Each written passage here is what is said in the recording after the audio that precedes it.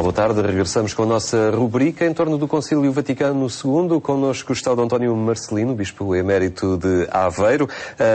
Dom António, vamos hoje olhar essa fase imediatamente após o encerramento do Concílio. Estava-se já na posse de toda a novidade patente nesses vários documentos. Era necessário fazer a recepção. A recepção que não foi pacífica, não foi imediata e ainda hoje perdura, não é?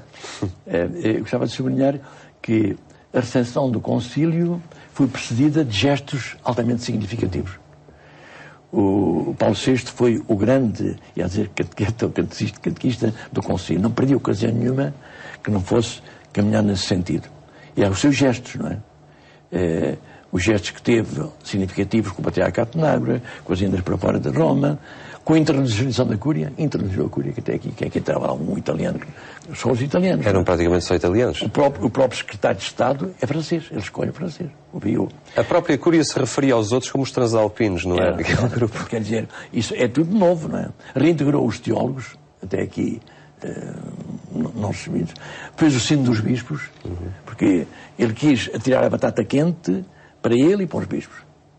E tinha a consciência nítida, que eu também tenho hoje, que se os bispos não agarrarem o concílio não chega a parte nenhuma. E as reticências que vamos tendo e os demais que vamos tendo, fundamentalmente, são no episcopado que não entende, ou não quer, ou não sei, ou tem medo também. Portanto, reintegrou os teólogos e depois levou, sobretudo, incrementou as conferências episcopais. Que Roma não queria. As conferências episcopais era como que um poder intermédio entre Roma e os bispos. E não podia ser. Ou qualquer organização que nascesse internacionalmente não queria. Isso era um grande travão à própria progressão da Igreja local, não é? Logicamente. E aqui... Nada podia ser decidido, nada podia ser... Nada, quer dizer, e a própria conferência episcopais que assumiram a função avançaram. As que não, portanto, esses sinais são todos sinais novos. Os órgãos de responsabilidade e participação foram fundamentais. O assumir do laicado em muitas e muitas coisas. Não. E depois tivemos que esperar por uma pena tanto tempo pelo Código de Direito Canónico. Porque demorou muito tempo, é muito difícil passar o espírito do concílio para os cânones, sem matar o concílio, sem deixar de ser normas. O concílio não deu normas nem leis. Foi um espírito, foi critérios, fundamentalmente critérios da ordem pastoral. Não. Portanto, é esta ideia que eu centro fundamentalmente nos testemunhos. O Papa alijou as vestes famosas, alijou tudo quanto era o sinal do poder, para marcar o espírito de serviço e tal. E isso foi fundamental. Porque sem isso não era possível que nós pudéssemos avançar.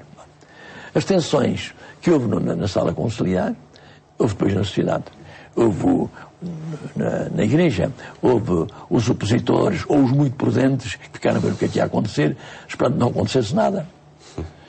Quando, por exemplo, recordar que nós, os padres que estivemos mais metidos nisto, uma vez um padre da Diocese de Évora entrou-me pelo meu gabinete em Porto Alegre e dizia: você é um criminoso, você anda aqui, mas está o serviço do anticristo, que era o Papa Paulo VI, o concílio foi o pior que pode acontecer na vida. E disse: padre, calma lá, acho que não é tanto mal. Quer dizer, havia os extremismos, mas depois havia os aventureiros, que foram para além de tudo, sem grande discernimento, sobretudo no campo da liturgia, causaram muitos problemas na vida da Igreja e não dá. Depois havia os decididos a caminhar, com prudência, com sabedoria. Porquê? Porque era preciso absorver o espírito do concílio. E então, estes foram dando a conhecer os documentos, foram promovendo a reflexão e abriram caminhos novos. Para dar a conhecer este espírito do concílio, Dom António Marcelino incorporou um grupo cá em Portugal que fizeram um périplo grande, não é? Assim, o meu bispo era o presidente da Comissão Episcopal da Pastoral, uma comissão que depois acabou. Tudo é pastoral, diziam os bispos quando acabaram com essa comissão. E então acontece que ele teve a intuição de que era preciso refletir no mesmo sentido. Então organizou-se semanas aqui em Lisboa, para todo o país, vieram os teólogos as Semanas Nacionais de Pastoral. Isso mesmo. Na Buraca. Veio vários de Espanha, de grande valor, e depois, para ser às dioceses que quiseram. Portanto, eu praticamente corri as dioceses todas que quiseram, não é? O padre Vítor Pinto, com o Jorginho Rocha, com o padre Armindo, fomos assim o grupo que mais andou por aí fora. Mas eu praticamente fui. E depois fui também a Angola, a Moçambique e a Guiné, também sempre na preocupação de ajudar a tudo isso, porque era fundamental. O concílio só chegava através de... As sessões foram para a paz, mas também fiz para coisas para leigos. Depois aproveitar dos organismos já existentes. que nessa altura tinham um grande prestígio, como era o caso concreto dos cursos de cristandade. As letreiras serviram para muita coisa nessa linha. Em Porto Alegre, nós passamos os documentos que iam aparecendo nas letreiras.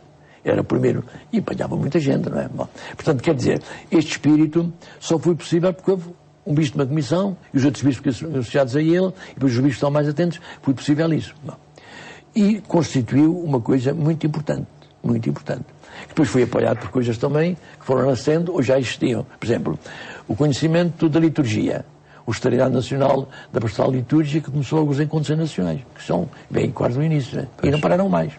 Depois, as Semanas Bíblicas e os Padres Capuchinhos promoveram a Bíblia, que até aqui praticamente não chegava a ninguém. A Bíblia foi levada ao povo a partir do concílio.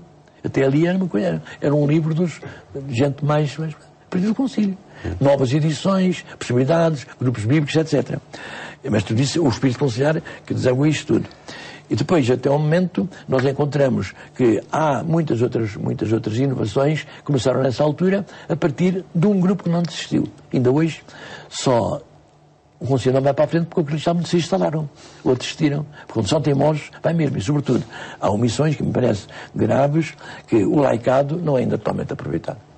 Eu penso, por exemplo, agora, ainda há dias, falava com um grupo de bispos e dizia assim, estamos aqui todos a queixar, não há padres, não há padres. Então, na Coreia, há 200 anos, a Igreja não morreu sem conhecerem um padre. Foram eles que transmitiram uns aos outros a própria fé. E passados 200 anos, as verdades fundamentais estavam lá. Nós já olhamos para aí. O Papa Paulo VI disse uma vez, o meu antecessor da Maior Trindade, está aí tão triste porque não tem padres, seriam muitos seminaristas. A Igreja não é só de padres, teve que olhar para os leigos. E quando foi que as congregações começaram a fechar, colégios, o Papa disse, mas não são vossas as obras, são da Igreja. Já pensaram em tirar os leigos nisto tudo? Esta preocupação surgia em tudo. E o Papa VI teve nesse ponto um extraordinário. E depois é muito importante o que vem a seguir ao concílio, que são os sinos dos bispos. Que o Papa teve uma grande intuição, o Papa Paulo VI, e depois João Paulo II agarrou muito bem. E nós temos ainda o Papa Paulo VI e o Evangelho Inociandi, que é hoje que continua a ser. Vamos agora para a nova evangelização. Ninguém vai para a frente só ler aquilo, não absorver, não estudar, não fundamentar. Bom. E depois vieram os outros todos a seguir, que são grandes valores. E também nós, em Portugal, tentamos que essas exortações não parassem e fossem desenvolvendo cada vez mais, o que era verdadeiramente importante. Portanto, há muitos aspectos positivos da Igreja em Portugal, mas há também ainda muitas coisas que têm uma certa instalação. E eu vejo, por exemplo, com preocupação, que se parou em muitos campos, que se continua a ter a mesma reflexão em relação aos leigos, que os leigos mais continuam a ser auxiliares prestáveis. Assim como os bispos eram do Papa, agora são os leigos dos padres e dos bispos. E esta experiência conciliar que os bispos receberam com o concílio e que a Igreja recebeu a partir do testemunho é fundamental para que as coisas andem. E eu vejo com alguma preocupação muitas coisas estagnadas. Tem expectativa em relação a este sínodo sobre a nova evangelização que possa retomar o entusiasmo, a dinâmica de alguns documentos do concílio, entretanto, adormecidos ou parados? A nova evangelização foi uma intuição do Papa João Paulo II, de quem conhecia o mundo. Ele começou por falar nisso na Europa, assim de raspão, mas depois ficou totalmente conquistado para a evangelização na América Latina. Porquê? Porque começou a verificar que é uma tristeza, nós temos uma igreja de batizados pagãos. E a nova evangelização surge fundamentalmente para avivar o espírito batismal e o espírito de fé nos cristãos. Pois, logicamente, nestes anos todos verificamos que já não são só eles. Ali diz uma coisa do Rahner que é muito curiosa. Hein? Diz assim, uma família cristã, pais cristãos, hoje são estrangeiros no meio da sua própria família. Os filhos já não acreditam, os netos muito menos, os modelos de casamento são totalmente diferentes. Portanto, fomentem o espírito de família e deem testemunho de cristão na sua própria vida. E deixem a liberdade dos outros. Isto escreveu o Rahner em 1962, que hoje é muito mais grave esta situação. Portanto, a nova evangelização é uma urgência. Mas corre o risco de ser como o concílio para muitos, não é? Fez-se, acabou, está no ano da fé, tudo bem. E isso é que me parece que é importante, são oportunidades que não se podem perder para que as coisas possam avançar. Esperemos que não se percam. Tive só dizer isso ali, que é engraçadíssimo. Dizias que os concílios só pegam, depois da morte, 50 anos da morte do último padre conciliar. Era a lógica. Bom, é pena, não estão os 50 anos do Concílio. Aliás, ainda faltam 3 anos para chegar o orçamento do Concílio. Se as coisas não andam mais depressa no tempo dessas velocidades de globalização, é uma omissão grave da vida da Igreja. Todos clamam por nós e nós, às vezes, temos ouvidos surdos. Muito bem, fica então este capítulo, esta abordagem, este capítulo importante nesta nossa rubrica que tenta refletir e descobrir a riqueza do Concílio Vaticano II. Nós voltaremos de hoje a 8 dias.